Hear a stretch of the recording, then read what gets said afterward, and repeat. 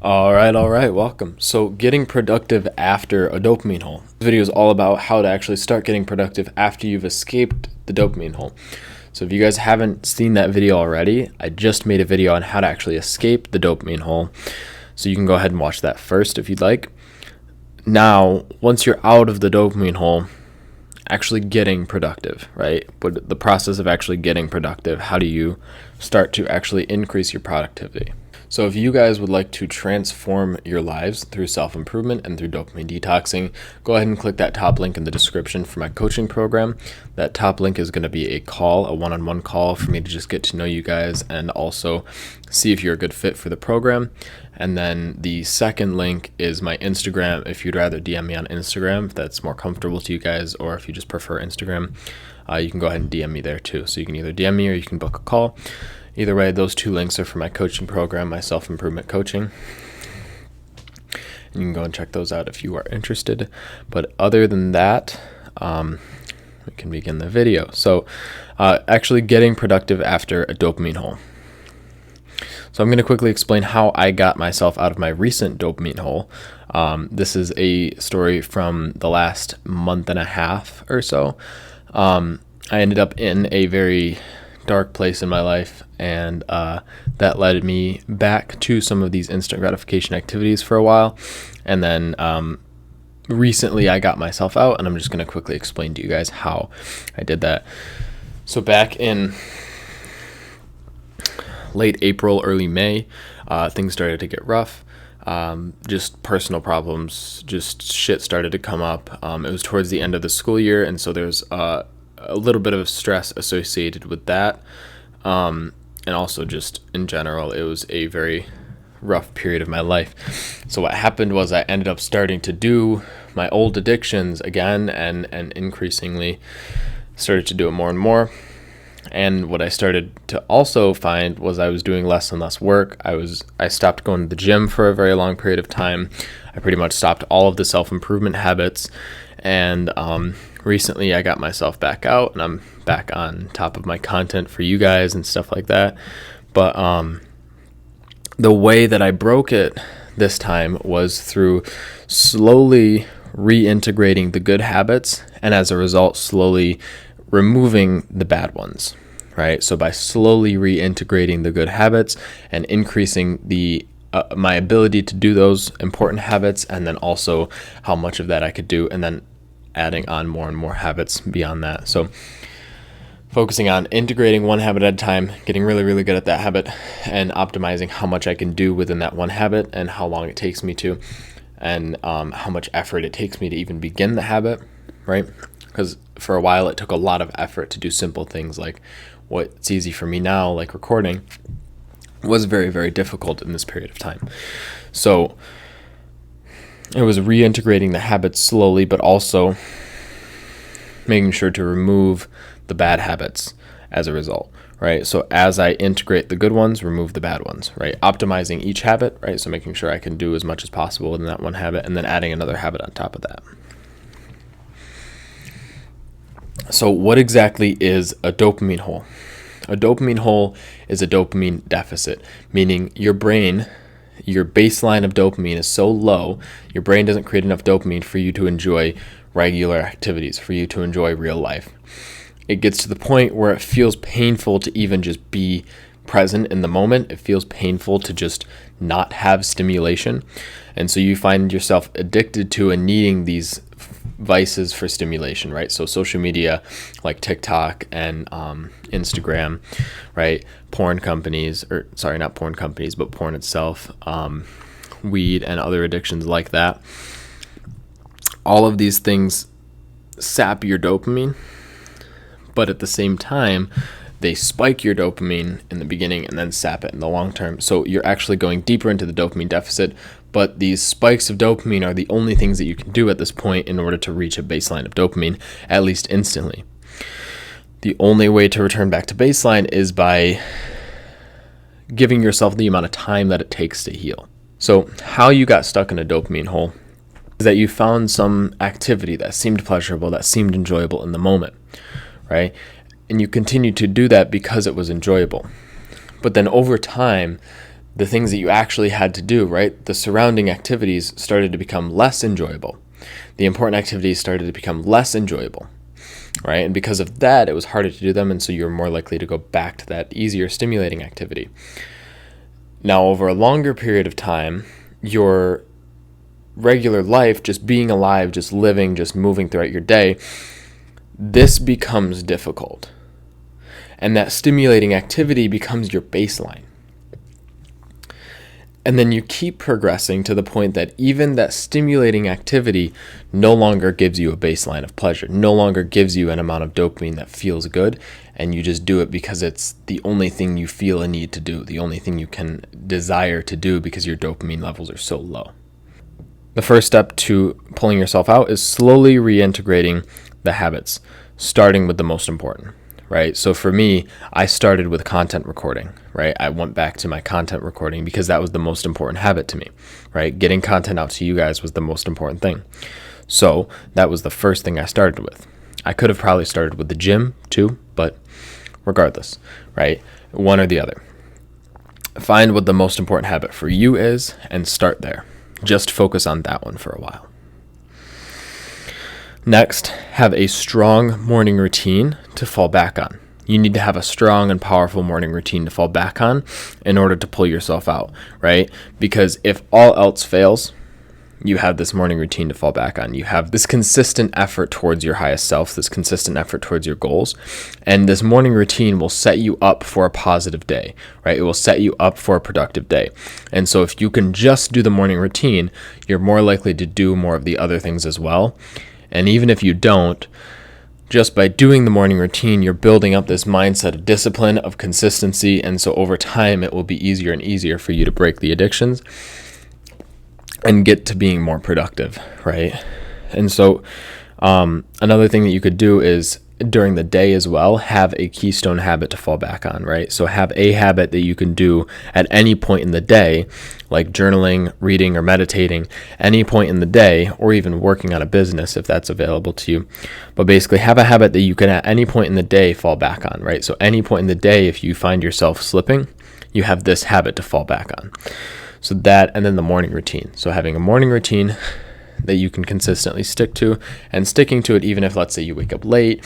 Let's say you have like a very hectic morning and it takes you 3 hours to do your morning routine when it should only take you 20 minutes. Regardless, just doing this and pushing through it will reinforce the consistency, reinforce the discipline within you to be able to do it easier the next day, right? So on and so forth. So the last thing is having clear goals. When you have clear goals, it's a lot easier for you to pull yourself out of this because having clear goals gives you an objective, gives you a purpose, gives you a reason to push forward. And because of that, you'll be able to actually break the other habits since you know where you'd actually like to go. Since you're aware of where you're actually trying to go and you can see that direction, you can see that goal, that vision, then it's easier to remove the things that don't align. But if you don't know where you'd actually like to go, then it's hard for you to remove the things that are holding you back because you don't necessarily know how they're holding you back. You can't necessarily see how they're holding you back. And your brain needs a motive. It needs a motivator in order to go through with this change. So how to increase productivity after breaking out. So how you've pulled yourself out of the dopamine hole, how you can increase productivity after you do break out. So having a place to go / the right environment is good. I know not everybody is fortunate enough to have a place to go, right? Like I'm very, very lucky and very fortunate that I have this apartment to come to, and this is completely free of charge, right? My dad owns apartment buildings, and so I just got lucky that he has a vacant one that he's willing to let me use as an office. I'm extremely fortunate. I'm extremely lucky in that situation, in that scenario. So not everybody is going to have that available to them. But having somewhere to go or just setting up your environment in a way that optimizes for your work is the key, right? So for me, having this apartment was my key to getting more productive because as soon as I get here, the only thing I'm doing is working. The only thing I'm thinking about is working, right? I come here to work. And so that means when I get here, all I'm focused on is work. And so I'm able to get a lot more done because that's where my focus is, but also it's optimized for my work. So I can show up here, my recording stuff is already in place. All I got to do is set my phone up, get my mic on, and I'm good to go, right? Everything is all here, set up, ready for me to go. My mind is also in the place to go ahead and start recording because I'm in that environment that I've programmed myself to associate with my work. Right? So this allows me to get a lot more done, and this allows me to make it easier for me to do the work, right? I would say for a while, at least at first, even at home, I was in a place where like I could not be productive. I could not focus. I couldn't like get my head out of this negative space. So I just came here, and I'd come here and I'd record, and then I'd get my work done, and then I'd feel great, and then I'd go back to the house, and I felt a little bit better because I got work done, and so I was able to then progress a little bit further, like, okay, hey, well, I've been doing this habit for ages, and I know it's bad for me. Well, maybe let me stay away from it for a little bit longer. Let me try and do this thing instead because I was thinking about it from earlier, right? What I'm explaining is being here puts me in that productive state, and so when I'm home, even though I'm in that environment where I was still in this loop, right, this negative thought loop, I was able to stay in that productive state because I had this environment to go to in order to work and get that work done. And by getting the work done, then I put myself in that productive state, right? So having a place to go / setting up your environment to optimize for work will help you get more done. So the next thing I have is just work, right?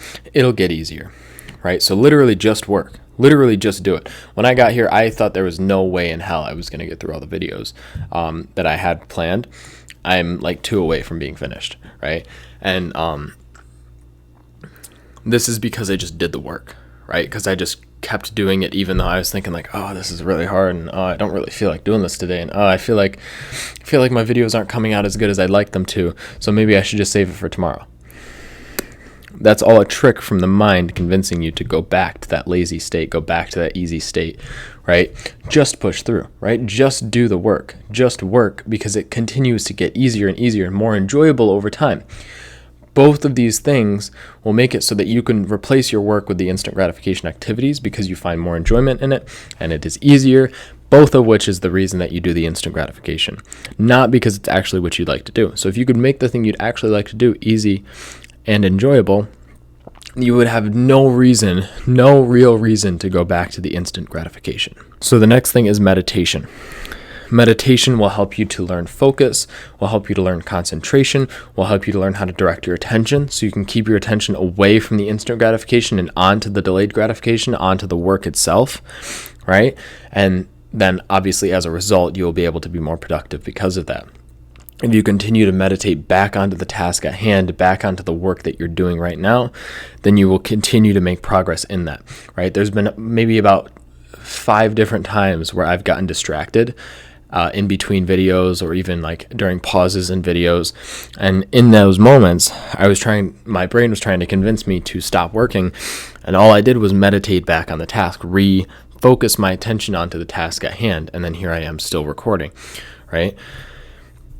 Because I have practiced this skill of meditation, of focus, of concentration. And so when I do notice that I get distracted, I can very easily direct myself back to the work. So the next thing is deep work. So working without distraction, right? Deep, focused blocks of work where you are just working, just going, just grinding on your most difficult and most high leverage task, right? So your most important task. For example, my deep work block yesterday was I wrote 9 scripts. My deep work block today is to record those 9 videos. And so deep work just means that you're removing anything else that isn't the task. I don't have anything present with me right now. I'm looking for something. I don't have anything present with me right now that has anything to do with anything but recording. I can't say this honestly because I've been getting notifications during this video, and I don't know if you've told or been able to tell because I've been distracted, but I can't end the video in the middle of it to turn my notifications back off, so I'm just kind of putting up with it for now. Normally, I don't get any notifications on my phone. Today is an exception. I don't know why my iMessage keeps giving me notifications even though I have them off. So normally I don't have any notifications. Normally I don't have any types of distractions, anything. Right? And even like now, like because I'm so used to this, I guess, even getting the messages, I've been getting texts on iMessage, and it's like irritating in a way. Like it's very annoying in a way. Like I can't I can't keep my focus. I can't keep my concentration when I keep having random things coming up, random things coming into my space. And so deep work is just the ability to remove distractions and focus on your work for an extended period of time, right? All I've been doing since I've gotten here is recording. I've taken like a 5-minute break and that's it. And other than that, I've just been recording. And then when I'm done recording, I'm done for the day, right? I'm not going to go in and do 2 of these in one day. I'm just going to record through and through until I'm done. And then I might go home and do some other work, or I might do some studying, and then I'm going to end up going to the gym later, right? But this deep focused work. So while I'm working, I'm just focused on work. While I'm concentrating on work, I'm just concentrated on work itself, and that's it. And that allows me to get more done and be more productive in that block of time. So the last thing is consistency. The biggest productivity tip and tactic that I can give you at all ever is consistency, right? So the only valid productivity technique, not the only valid one, but the best one, and the only one that I should really be giving you because it's the only important one, is consistency, is consistently showing up, consistently doing the work. I feel like most of these videos came out like shit, but I'm still doing it anyways because I have to record today, right? And I'm going to do the same thing tomorrow, and then I'm going to do the same thing on Saturday. And if my videos are really coming out like shit, well, maybe by the time I record on Sunday, it'll be different, right? Because I'm consistently working at it, right? Because I'm constantly improving. I'm constantly making improvements. I'm constantly showing up. If I'm consistently showing up, eventually my product will get better, or my skills will get better, rather. And the thing that I produce as a result will also improve.